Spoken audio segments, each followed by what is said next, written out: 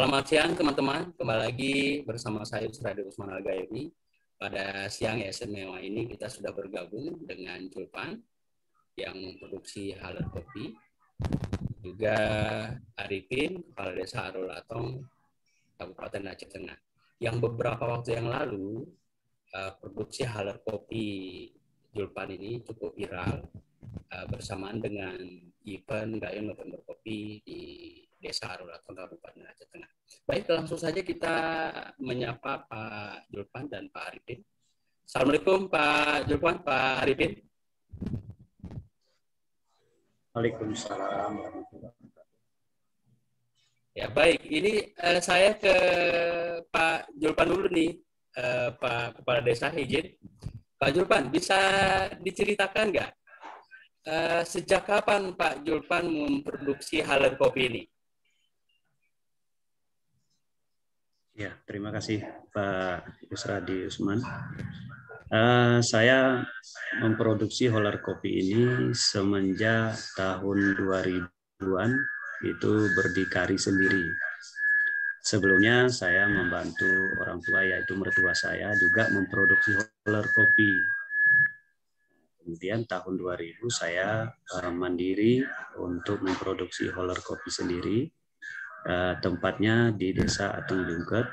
Kemudian setelah itu karena lokasi sangat sempit, jadi saya pindah ke Kampung Simpang Uning Niken 2007. Setelah 2007 kami pindah ke Uning Niken, lalu saya menggeluti memproduksi Haler Kopi. Ada yang kapasitas besar, juga ada yang kapasitas kecil. Artinya ada yang mini, begitu Pak Yusradi Usman. Dan pada tahun 2019 ada berpikir untuk inovasi terbaru. Jadi saya produksilah Haler, artinya bisa di atas mobil. Kalau yang biasanya saya membuatnya, saya pasang yaitu di semen ataupun diletakkan di atas beton untuk pengikatan angker, untuk Pak Yusradi. Ya, baik Pak. Ya, gimana Pak? Untuk pembuatan Haler yang lainnya, ini ada juga pengiriman ke Lampung ataupun ke Bengkulu, pernah juga kita kirim. Ada juga yang ke Bandung, begitu Pak Yusradi Usman. Ya baik. Apa yang mendasari Pak Julpan memproduksi Haler Kopi ini? Mendasari yang pertama karena di dataran tinggi Gayo khususnya kan petani kopi pada umumnya. Jadi kalau dahulunya mesin kopi ini dibawa langsung dari Medan. Kemudian mungkin hasil daripada penggilingan mungkin kurang memuaskan. Jadi kami menginovasi mesin-mesin Haler kopi. Kemudian hasilnya alhamdulillah bisa artinya memenuhi standar kopi di Gayo. Artinya ada yang kalau kopi itu sebagian ada yang sampai pecah. Nah, jadi kalau sudah pecah itu pasti tidak menjadi biji yang bisa dijual ke eksportir gitu. Nah, jadi kami menginovasi Haler yang lain yang kami buat, ternyata hasilnya memuaskan oleh yang kami buat itu, ternyata hasil kopinya bagus, tidak pecah, maka toki-toki kopi ataupun penampung kopi itu yang eksportir, mereka hasilnya memuaskan, kemudian harganya bisa lebih tinggi begitu Pak Usman. Ya, baik. Sejak tahun 2000-an sampai 2019, sudah berapa banyak mesin Haler Kopi yang Pak Julpan produksi?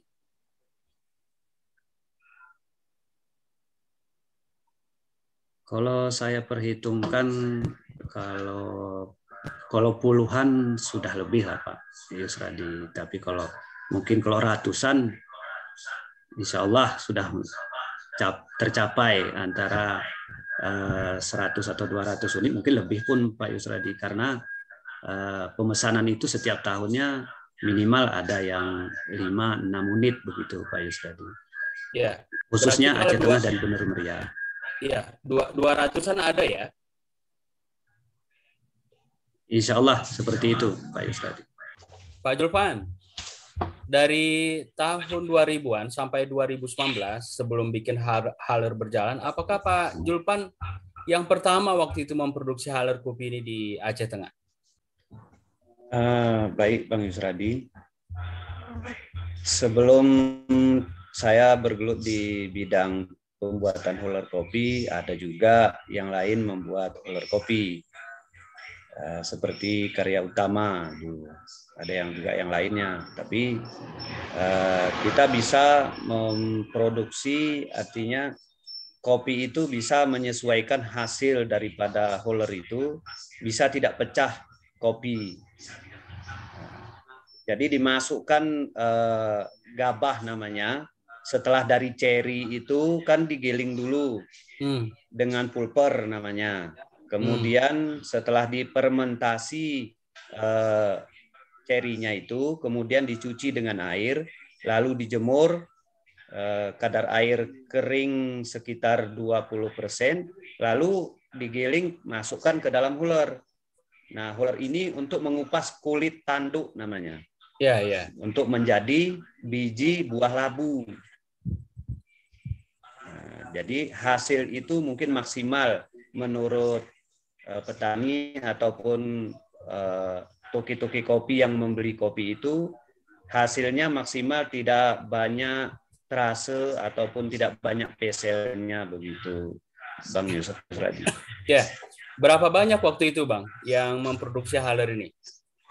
Tadi kan disebutkan Pak Julpan, kemudian ada yang lain. Nah, yang lain lagi ada nggak?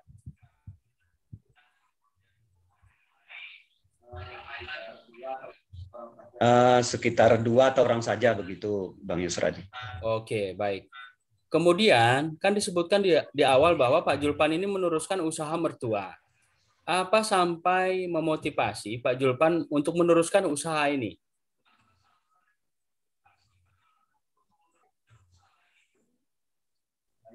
Baik, Pak Yusradi. Melatar belakangi saya waktu itu, yang pertama saya berpikir karena masyarakat khususnya Aceh Tengah waktu itu, karena Bener Meriah belum pemekaran dari Aceh Tengah. Jadi saya berpikir bahwasanya petani kopi khususnya Aceh Tengah itu untuk mengupas kulit kopi itu kadang-kadang terlalu jauh dari tempat tinggal dia, seperti contoh misalnya di daerah Bies, ataupun daerah-daerah Harulatong sekitarnya, umumnya Bies. Jadi menggiling kopi itu sangat jauh. Ada juga yang sampai 4 kilo dari perkebunan ataupun dari tempat tinggal mereka. Sehingga ada kendala, hari ini kita jemur, kemudian kita giling ke pabrik, kemudian besoknya baru diantar lagi ke rumah ataupun di mana gudang yang kita jemur. Maka kendalanya lambat untuk pengeringan, sehingga penghasil petani itu menurun karena tidak bisa langsung dijadikan untuk biji kopi hijau. Gitu. Ya, ya. Jadi ini nggak terlepas dari melihat petani, kemudian potensi utama kita kopi ya Pak Julpan ya. Iya benar Pak Yusradi. Dan dalam prosesnya yaitu tadi jauh, waktu, tenaga, kemudian cost-nya juga lebih besar, otomatis kualitasnya karena kelamaan juga menurun pasti ya dalam proses pasca panennya.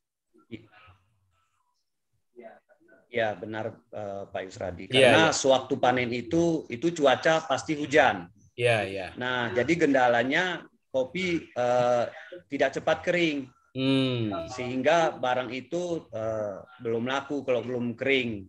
Dan tidak bisa diekspor. Iya, iya, iya. Untuk mengatasi itu, maka kita berpikir untuk memproduksi Haler kopi supaya bisa masyarakat di sekitar sini bisa untuk berpikir membuat mesin holer jadi lebih dekat, lebih cepat dan waktu singkat dan biaya operasionalnya tidak terlalu banyak begitu, Pak Isra. Iya, iya. Ini luar biasa ya niatan, tujuan dan motivasinya untuk membantu petani lebih memudahkan sehingga prosesnya lebih cepat dan ya dari hasilnya juga lebih cepat dinikmati kopinya ya. Eh, Latar Pak Julpan sendiri apakah ada sekolah STM atau sekolah teknik?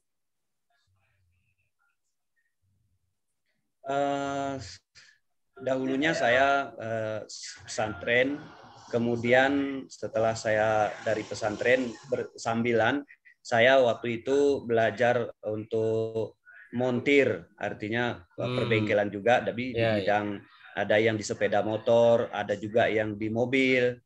Nah, memang jiwanya ataupun hobinya itu memang untuk jadi montir.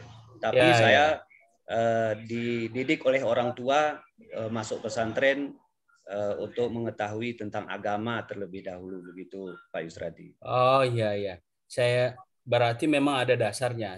Saat di pesantren ada life skill yang diajarkan di sana. Ya salah satunya perbengkelan ini. Nah, tapi lebih agamanya dulu. Nah, saya berpikir tadinya Pak Julpan ini belajar otodidak dengan meneruskan usaha keluarga. Oke, baik. Kemudian selama meneruskan usaha mertua ini, apakah ada bantuan dari pemerintah, dari sisi modal misalnya, atau dari sisi alat, termasuk dalam pengembangan kapasitas dan kemampuan Pak Julpan dalam hal perbengkelan ini? Ya, Pak Yusradi. Dahulunya kami yaitu untuk modal sendiri. Modal sendiri untuk membeli mesin, kemudian peralatan bengkel yang bisa untuk digunakan menciptakan roller untuk pengupas kulit kopi. Jadi kami itu modal sendiri. Kemudian bisa dikatakan ada permohonan umpamanya ke bagian pemerintahan. Ya, tapi kami itu kan berusaha, nama memohon itu berusaha. Buat roller itu sendiri. Ya. Oke, baik. Selama pandemi ini masih ada permintaan halernya, Pak Julpan? Bagaimana Pak Yusradi? Ini selama pandemi apakah ada permintaan haler dari petani atau dari daerah lain?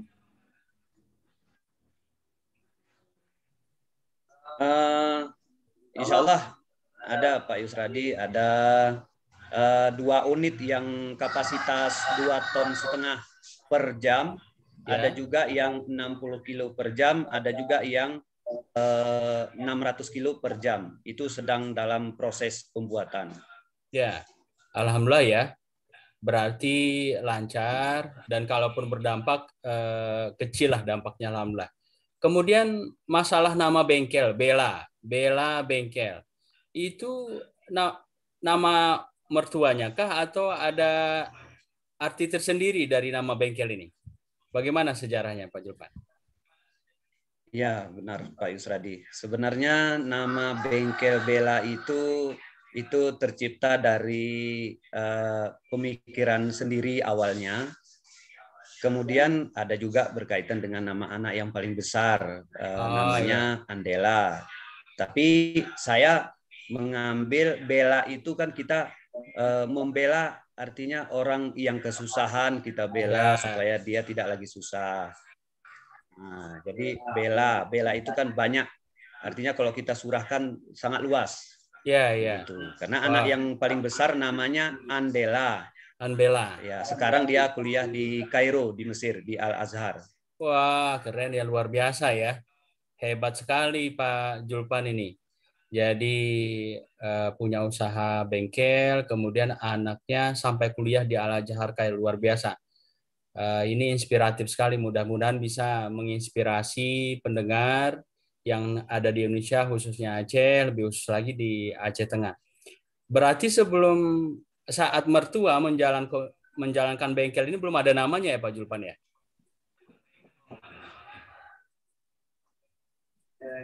Ya, Pak Yusradi. Sebelum saya dengan mertua, jadi mertua memang terlebih dahulu untuk memproduksi holer kopi itu sendiri di daerah di Payatumpi. Tepatnya. Kemudian setelah itu saya itu berdikari sendiri. Untuk mandiri. Jadi saya minta izin dengan orang tua. Alhamdulillah dengan doa restu orang tua, alhamdulillah bisa mandiri sampai sekarang ini. Begitu Pak. Ya. Kemudian anak-anaknya berapa? Yang tadi Bella yang di Al-Azhar Kairo yang sulung. Adiknya berapa? Masih ada? Iya. Benar Pak Yusradi, anak saya semuanya 5. Yang pertama namanya Andela, itu tamatan dari pesantren Benyot, yaitu pesantren Az-Zahrah. Tamatan 2017. Setelah itu dia berminat kuliah di Kairo, tes di Banda Aceh di UIN. Kemudian waktu itu ketua ikatnya yaitu Ustadz Fadi Rahmi. Ya. Yang anggota DPD ya sekarang ya?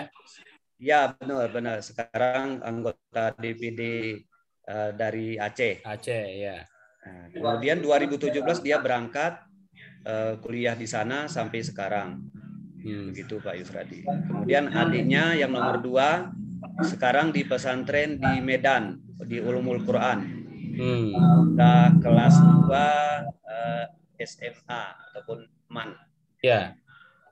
Terus anak yang nomor 3 masih min kelas 5. Yang keempat masih TK. Kemudian yang kelima baru 2 bulan. Begitu Pak Yusradi.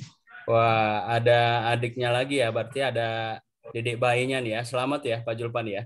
Saya ke Pak Kepala Desa Arolatong dulu, Pak Julpan. Pak Arifin, bagaimana keterlibatan Pak Julpan ini dalam event Gayo November Kopi kemarin, dan saat itu saya mengikuti di media bahwa sempat ditampilkan haler kopinya saat event tersebut. Bagaimana ceritanya Pak Arifin? Ya. Sebelumnya terima kasih banyak selamat siang Pak Yusradi juga Pak Bella. Sedikit saya menceritakan tentang kondisi kampung saya. Kampung saya notabene-nya masih dari luas 1 kilo lebar, 6 kilo panjang dengan hamparan kopi 100 hektar. Jadi ada hal yang selama ini dihadapi oleh masyarakat di lingkungan kopi, walaupun ada di sekitar kampung kami ini ada penggilingan kopi, tetapi sangat tidak praktis sesuai dengan situasi dan kondisi sekarang ini.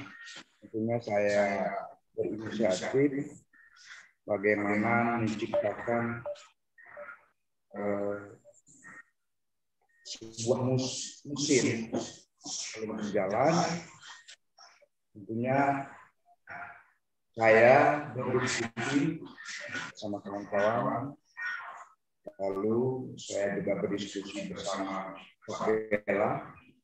Masalah saya kedatangan saya Pak Bella untuk membuat mesin kopi berjalan, tetapi 2 kali pertemuan Bella sendiri tidak menyanggupi dan dia keberatan atas ajakan saya untuk membuat mesin kopi berjalan. Jadi inspiratif saya kenapa mesin kopi berjalan, karena saya melihat di daerah bawahan itu ada mesin penggiling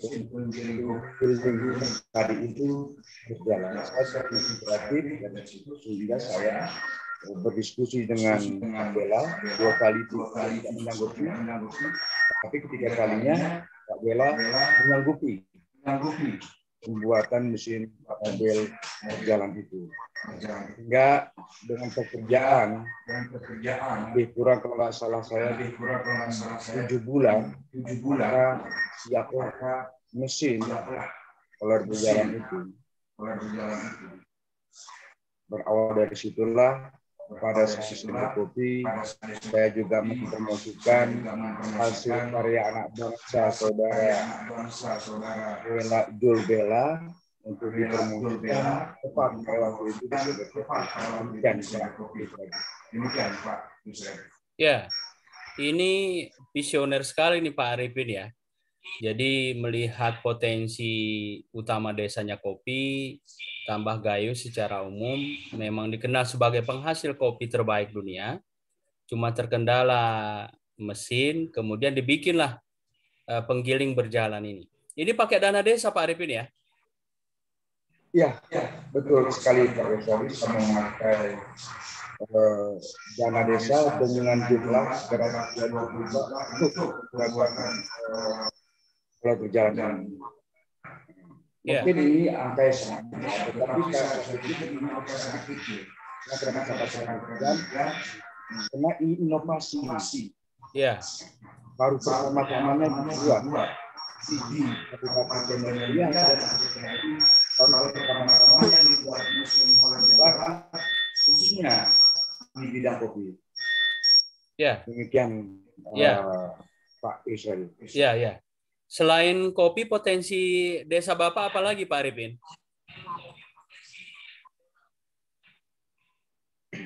Kopi memang menjadi prioritas.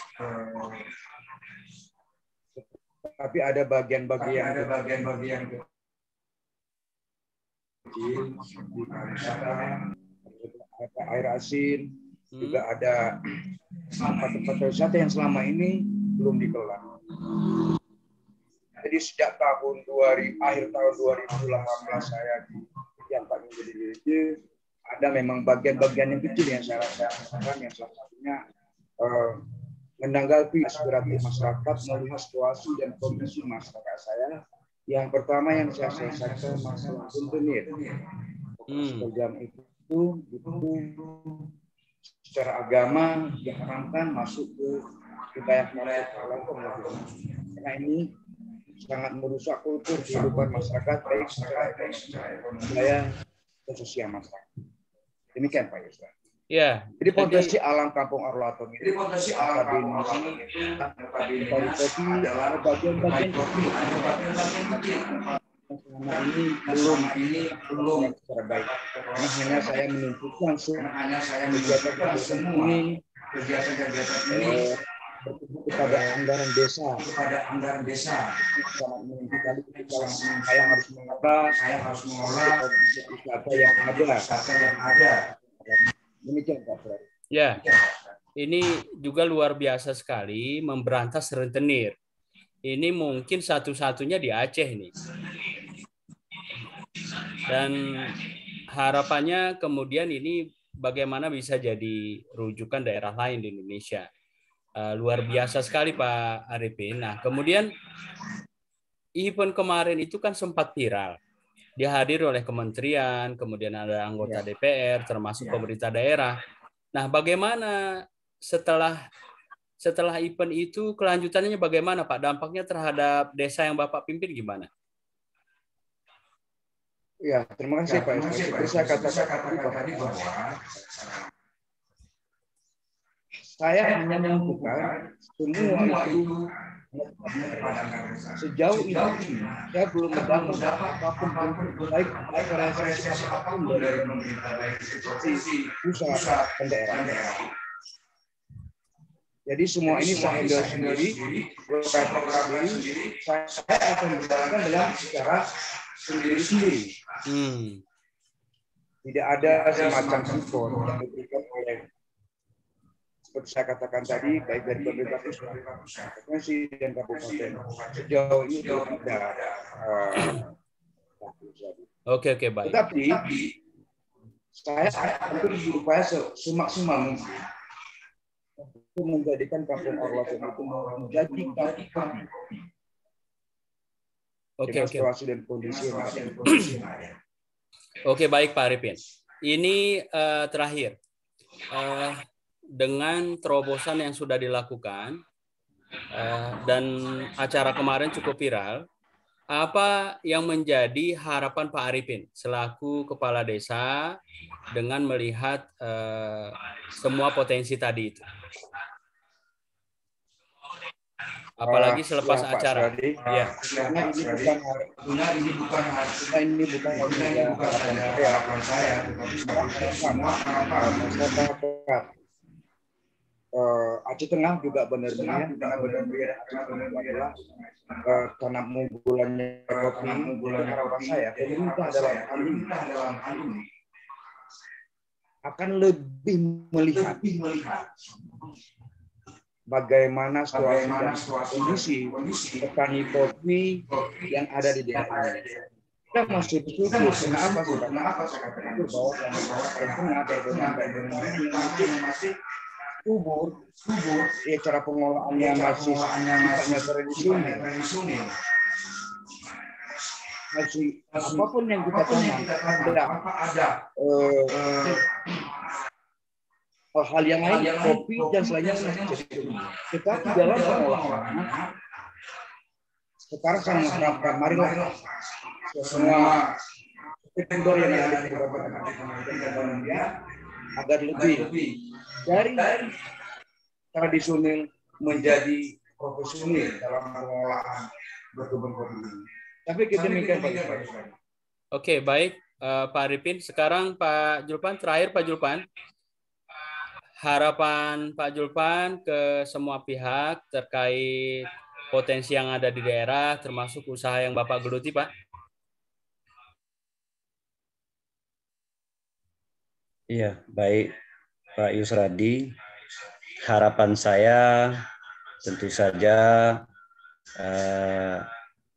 binaan dari pemerintahan ya kami tentu membutuhkan.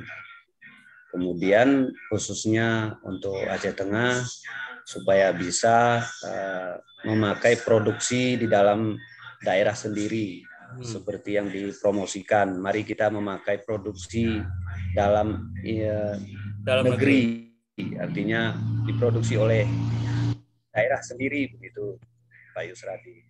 Oke. Baik Pak. Jadi saya tambahkan Pak Yusradi. Ya boleh. Silakan Pak Arifin.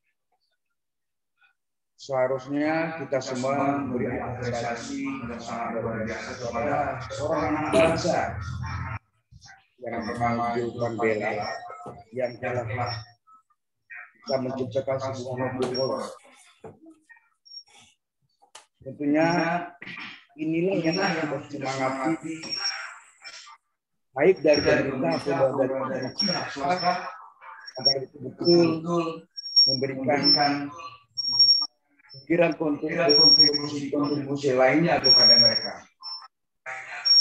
Saya katakan tadi, walaupun ini bentuknya banyak otodidak, tetapi dia mampu untuk menciptakan mobil roller berjalan. Saya pikir itu kerjaan yang sangat luar biasa. Sekali lagi kepada pemerintah khususnya untuk memprihatin terhadap Bapak Julpan Bela. Demikian Pak Desa. Baik Pak Arifin, Pak Julpan, mudah-mudahan harapan tadi didengar semua pihak, terutama pemerintah kita, baik yang di daerah maupun pemerintah pusat. Dan apa yang menjadi bincang-bincang kita pada hari ini bisa menginspirasi semua pihak juga, terutama yang bergelut di usaha haler ini, dan juga petani kita di Gayo terutama semakin maju, semakin berkembang, seperti harapan Pak Reji tadi dari tradisional ke modern. Baik, sekali lagi terima kasih Pak Arifin, Pak Julpan atas waktunya. Terima kasih juga Pak Yusradi. Ya, sukses terus buat Pak Arifin memimpin desanya, juga Pak Julpan dengan usaha halernya. Amin, insya Allah dengan doa kita semua Pak Yusradi. Ya, baik. Insya Allah lain waktu kita sambung lagi. Assalamualaikum Pak Arifin, Pak Julpan. Waalaikumsalam warahmatullahi wabarakatuh.